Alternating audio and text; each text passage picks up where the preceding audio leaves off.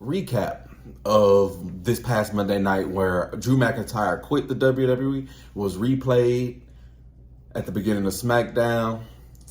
Thank you for tuning in. Hey, how you doing? I am your host, Unknown Emperor, and this is my review, my opinions, my take on this week's Friday Night Smackdown. I do appreciate you for tuning in. While you're here, don't forget to like, share, subscribe, all that good stuff.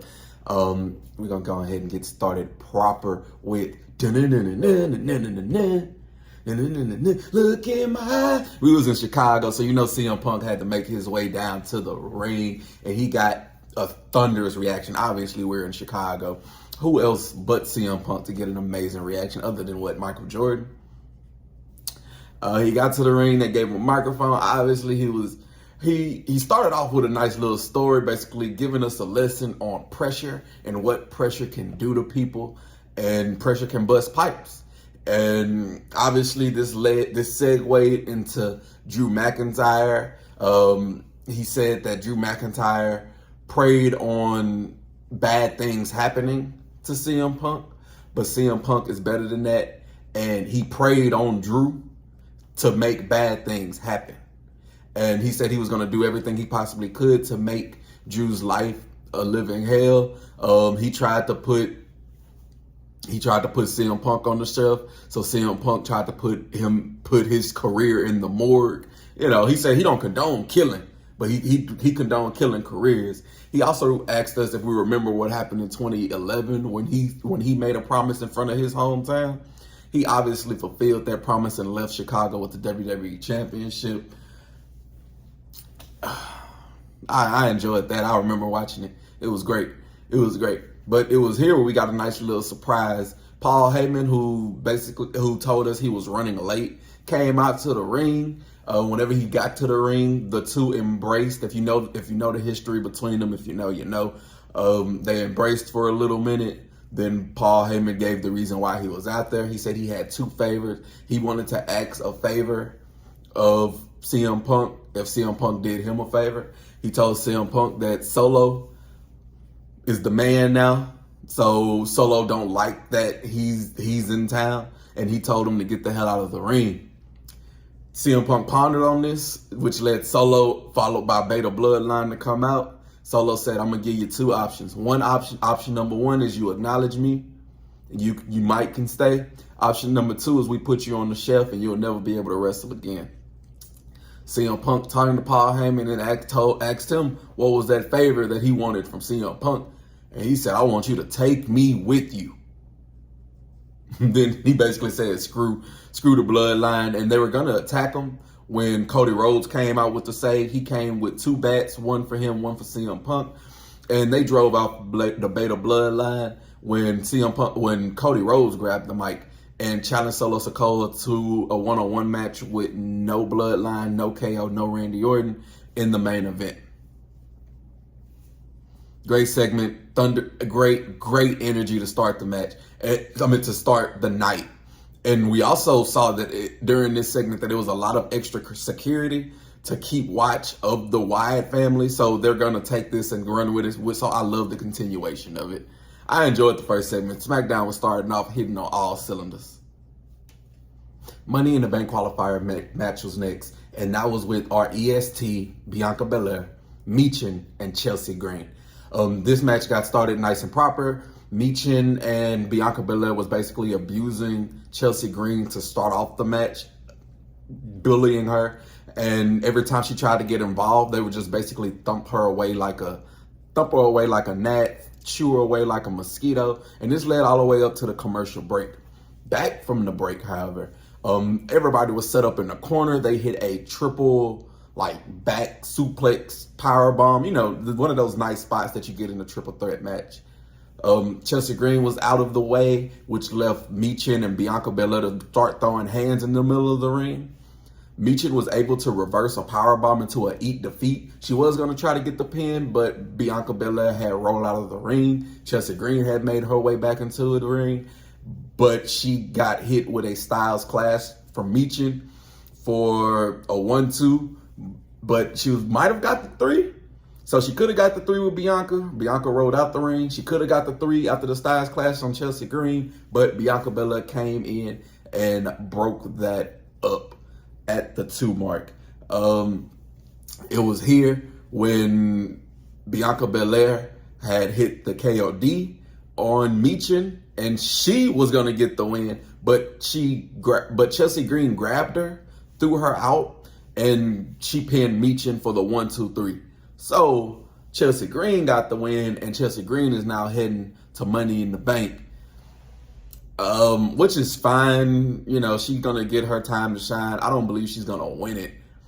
I mean, anything is possible in WWE, but I don't believe she's going to win it, which kind of begs the question about what we're going to do with our EST and what Bianca Belair is going to do from this point forward. It might do something with Jade next week on her qualifier match, but I'm in the wait and see. I enjoyed this match, this portion of SmackDown. I mean, it was okay. You know, nothing to write home about. Wouldn't nobody write back though. Solo Sikoa was then backstage bullying our wise man. He was talking to him all reckless, getting all upside his head. Then he told him something. He was like, hey, I want you to go tell Tama Tonga and Tonga Loa something. And then when you tell them, I want you to get back to me. Now, what he told him got cut off, but we can kind of make sense of, you know, what's going on, you know, if you kind of stayed with the story on SmackDown. And then they ran him off. But then we get to one of our highlights of SmackDown. Now, the whole night was a highlight, but we go to the backstage. It was DIY, Grayson Waller back there arguing back and forth when we got a bang on the garage that was behind them. Then whenever the garage came up, it was Drew McIntyre standing over a bloody, lifeless CM Punk body. He then hoisted CM Punk up on his shoulders and carried him through the backstage arena. Ain't nobody say nothing to him.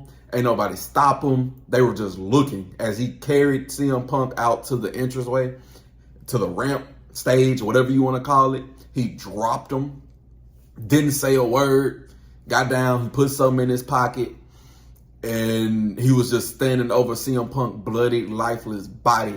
Nick Aldis came out to get off. He pushed Nick Aldis, and then CM Punk got carried away on the stretcher.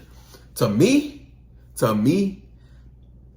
this is one of the best storylines in WWE right now. One of the best. Now they got a lot of, a lot of little story, but this is my favorite storyline, or, one of my favorites in WWE right now. They hate each other. Now it might not be as real as I think it is, but they hate each other. And I'm ready to see what happens next. This has to be a feud all the way to SummerSlam. It has to be. Another qualifier match was up on the card. This time we had Randy Orton taking on Tama Tonga, taking on Carmelo Hayes. Bell rings, Carmelo Hayes, Tama Tonga looks at Randy, begins to jump Randy, attack Randy, but they got a little bit overzealous, then started to fight each other, which took the attention off of Randy, distracted them a little bit, helped Randy get a little superpower, get a little boost. And he was able to throw both of them, hit his little nice back suplex on top of the announcer's table, and he was standing tall. But he wasn't standing for long, because when we got back from break, obviously Hayes and Tama Tonga had dispatched of him, because those two were in the middle of the ring, hitting us with a little wrestling tennis, a little back and forth between the two, which ended with Carmelo Hayes hitting a flatliner hitting a face buster on Tama, I'm gonna call him Tama, or the right hand. Tama Tonga. That's fine. He keeps saying Tama Tonga. He hit a face buster on Tama Tonga, which was a kick out at 2. Orton was back. He was running wild. He hit his comeback, where he hit the clothesline, power slam onto Tama Tonga. He then hit a superplex, which is from the top rope onto Carmelo Hayes. And he was going to get the 3, but it was broken up at 2. It was here where everybody was starting to run wild. Everybody had built up their meters for finishers and signatures.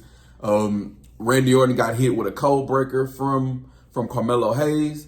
Then he got hit with a flatliner from Tama Tonga. It was here that Tama Tonga was going to get the pin. Carmelo Hayes pulled him off. He went for the pin. Tama Tonga pulled him off. So these two are bickering, fighting to see who's going to get the pin.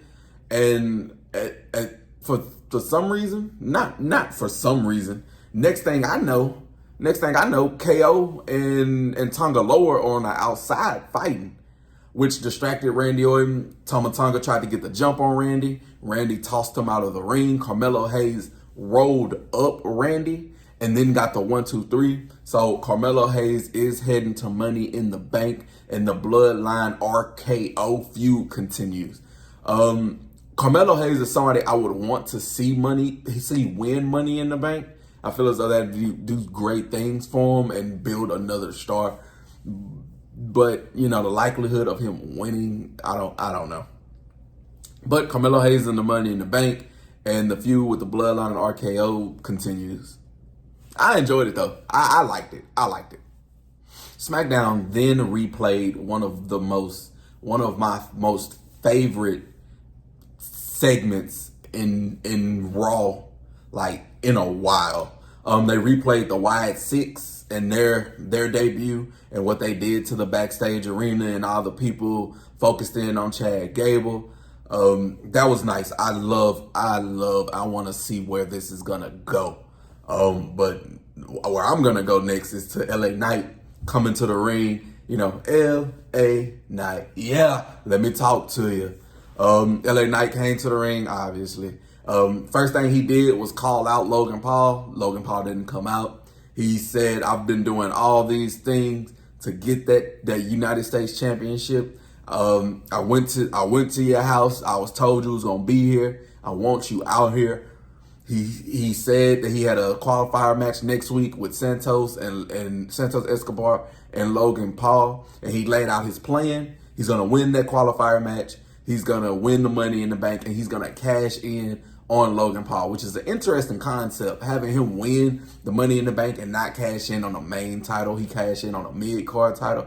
That would give new meaning. Now, what if you win the Money in the Bank and you want to cash in on the tag team titles? If you run out with a tag team partner, you can challenge for the tag team titles?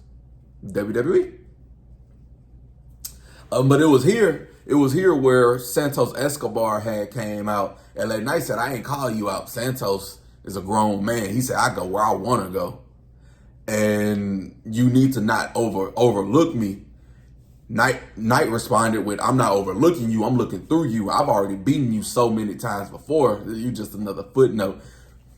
Santos tried to get the jump on him. He got a blunt force trauma for his troubles. And when LA Knight was looking over Santos, he didn't hear or see Logan Paul come up from behind. He threw him into the ring post, and then he hit him with his right hand. Logan Paul left standing strong. And I feel like Santos is going to win next week, which is going to fuel Logan and Knight to Money in the Bank. He might lose that Money in the Bank and then win at SummerSlam.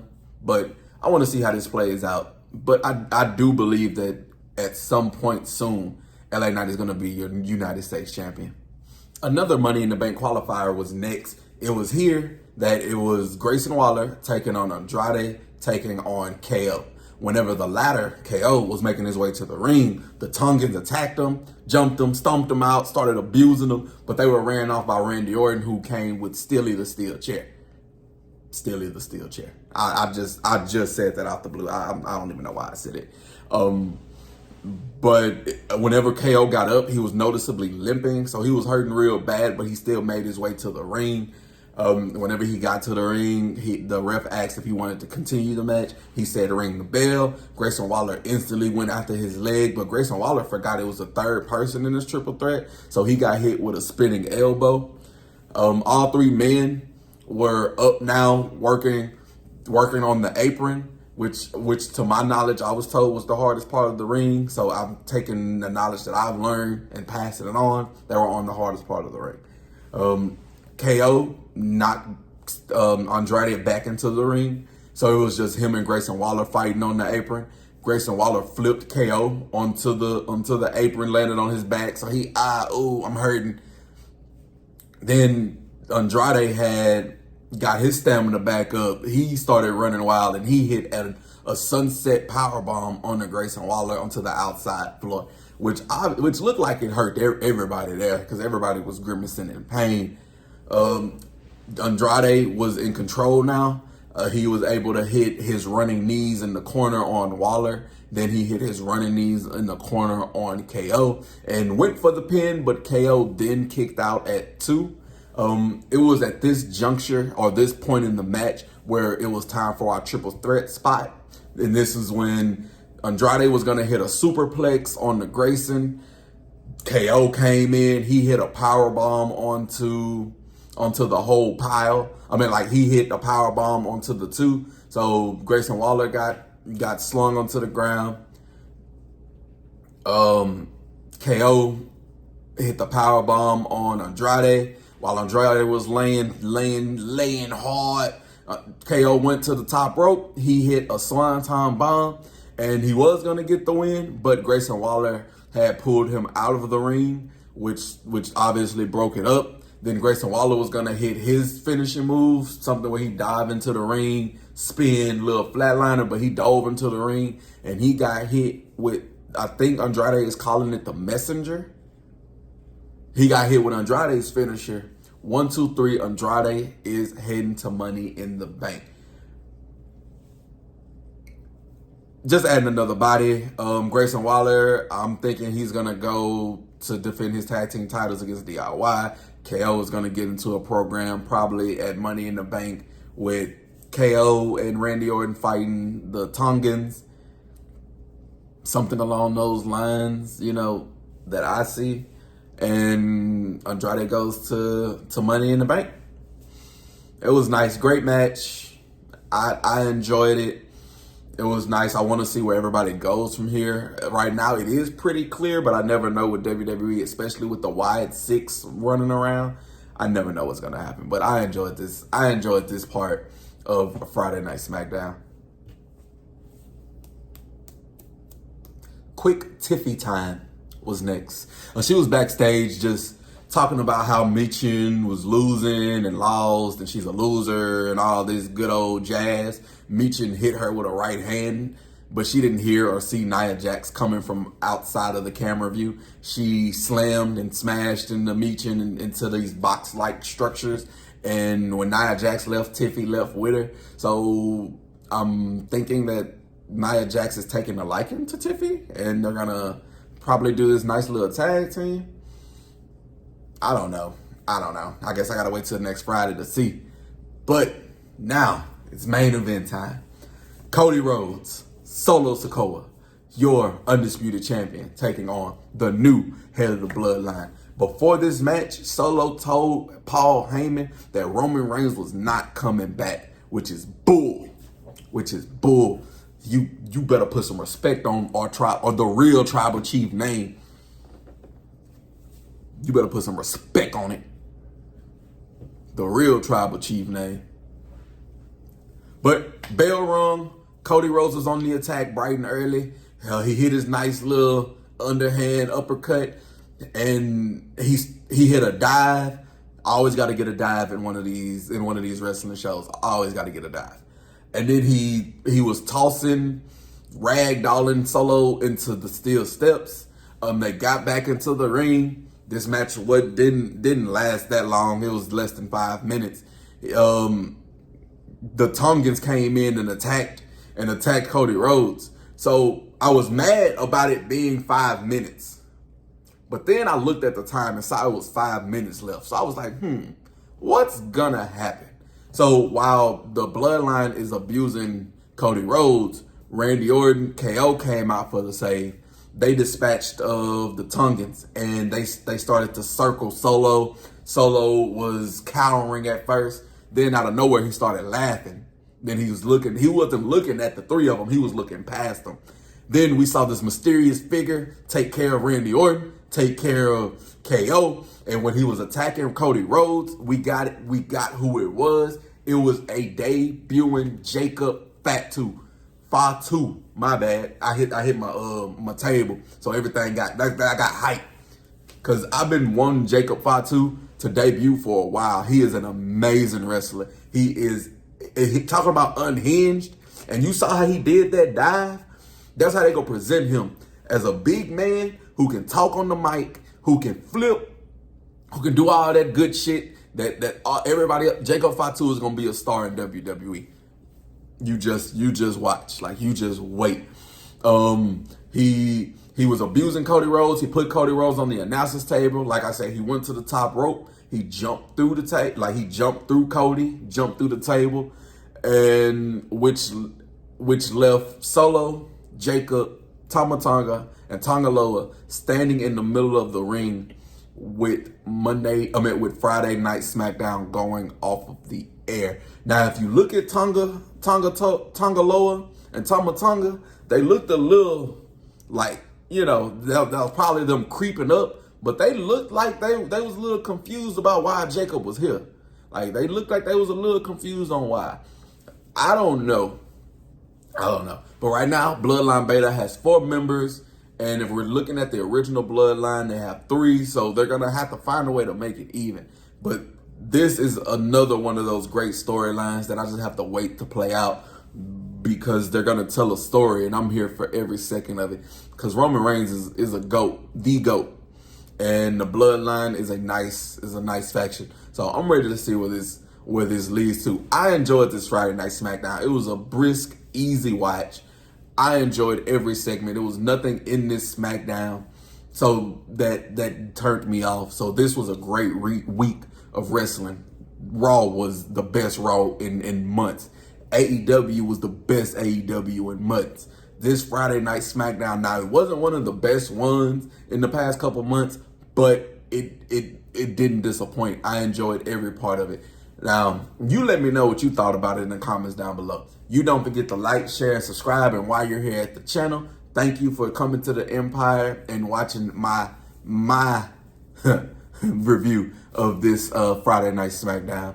Like, share, subscribe.